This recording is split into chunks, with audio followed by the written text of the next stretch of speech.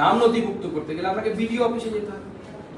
কোন বিডিও পাওয়ার ক্ষমতা আছে যে বিজেপির কথায় লোকের নাম তুলবে? ভিডিওতে তো পরিভাষা পরিবর্তন হয়ে গেছে। আগে ব্লক ডেভেলপমেন্ট অফিসার বলা হতো ভিডিওদেরকে, এখন তো বেচারা দিদির অফিসার নাম হয়ে গেছে বিডিও, বেচারা দিদির অফিসার।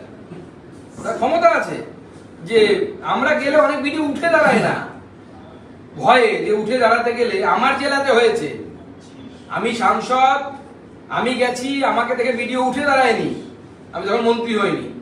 আর আমারই জেলার আর একজন বিধায়ক কাছে তাকে উঠে দাঁড়িয়ে নিজের চেয়ারটাতে বসতে দিয়েছে। সেটা নিয়ে বিতর্ক হয়েছিল যে মন্ত্রী কেন গিয়ে, রাজ্যের মন্ত্রী কেন গিয়ে সেই চেয়ারে বসেছে। তো যে ভিডিওরা মেরুদণ্ডটা চাকরি পাওয়ার সাথে সাথে এইভাবে তৃণমূলের জেলা পার্টি অফিসে বন্ধক রেখে আসে, সেই ভিডিও বিজেপি নেতাদের কথাই নাম তুলবে? এরকম কথা শুনলে তো গাধায়ও আসবে। তারা বলছে কেন, মানে ওদের উদ্দেশ্যটা? ওদের উদ্দেশ্য একটা, ওরা যে চুরিটা করে, ঠিক পকেটমার কলকাতা বাসে আপনারা তো যাতায়াত করেছেন, পকেটমার ধরা পড়লেই দেখবেন মার করতে করতে দুজন দিয়ে ধরে পালিয়ে যাবে। ওই দুটো ওই পকেটমারের সাথী ছিল। এখন বলছে যে চোর।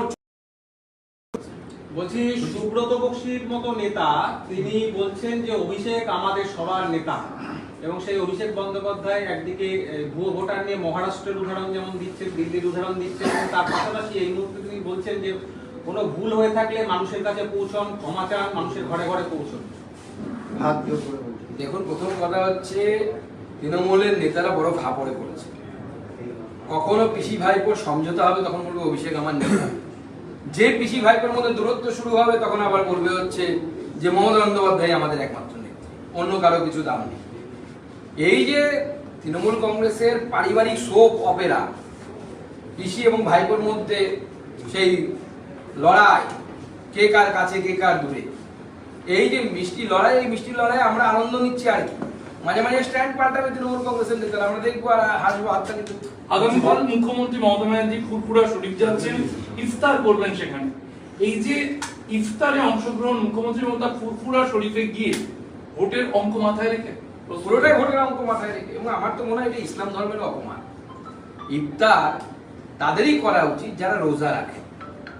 ধর্মপ্রাণ মুসলিমরা তারা গোটা দিন সূর্যোদয়ের পর থেকে রাত পর্যন্ত, সূর্য ডোবা পর্যন্ত, সন্ধ্যে পর্যন্ত তারা উপবাস রেখে সেই উপবাস যখন ভাঙেন তখন ইফতার করেন বা ইফতারি করেন।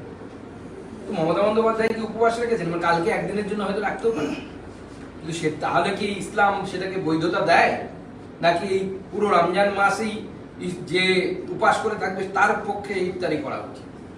এটাকে ইফতার পার্টিকে রাজনৈতিক একটা সার্কাসে পরিণত করা হয়েছে পশ্চিমবঙ্গ সহ বিভিন্ন রাজ্যে। একসময় কেন্দ্র সরকারেও হতো, আমাদের সরকার আসার পর ধর্মকে নিয়ে রাজনীতির এই জন্য ব্যবহার, এই ব্যবহার বন্ধ করে। নেতৃত্বের সিদ্ধান্তের উপর নির্ভর করে। কেন্দ্রীয় নেতৃত্ব সিদ্ধান্ত নিলে পরে, সিদ্ধান্ত জানালে পরে সমস্ত কিছু শুরু হয়ে যাবে। এই মুহূর্তে আমাদের কাছে এই ধরনের কেন্দ্রীয় নেতৃত্বের কাছ থেকে কোনো রকম নির্দেশ আসেনি।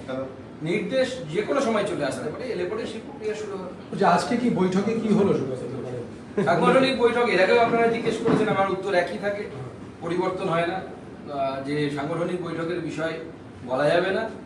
সংগঠন নিয়েছিল, সামনে নির্বাচন আছে, নির্বাচন নিয়েছিল, ওভারঅল আমি টপিক বলতে পারি। অবশ্যই সেই বিষয়ে আলোচনা আছে, নির্বাচন সামনে তো আলোচনা তো হবে সেই বিষয়ে।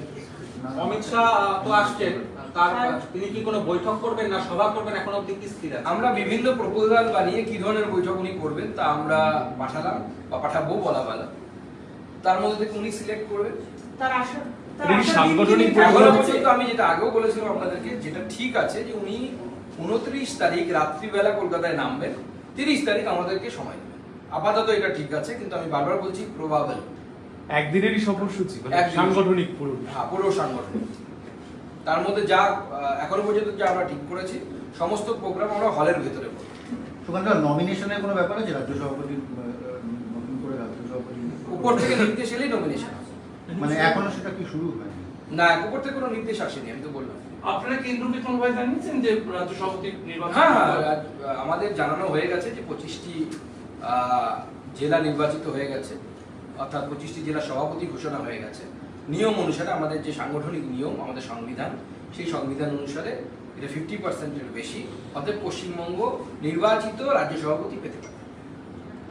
কিন্তু এই যে মানে এখন যে মেয়াদ চলছে যে কমিটির আপনার এবং পুরো কমিটি, মানে যেহেতু জেলা সভাপতি নির্বাচন হয়ে গেছে এবং রাজ্য সভাপতি নির্বাচনের জন্য এলিজিবল, সেহেতু এটা তার আগে শেষ বড় বৈঠক বলে অনেকে বলছেন। তার কারণ সভাপতি, 5 জন জিএস, ওজিএস, জয়েন্ট ওজিএস এবং পর্যবেক্ষকরা ছাড়া কেউ ছিলেন না। এটা কি কোনো মানে নীতিগত সিদ্ধান্তের বিষয় নাকি শুধুমাত্র সাংগঠনিক? না, সাংগঠনিক বৈঠক নির্দিষ্ট সময়ে অন্তর অন্তর হয় ভারতীয় জনতা পার্টিতে।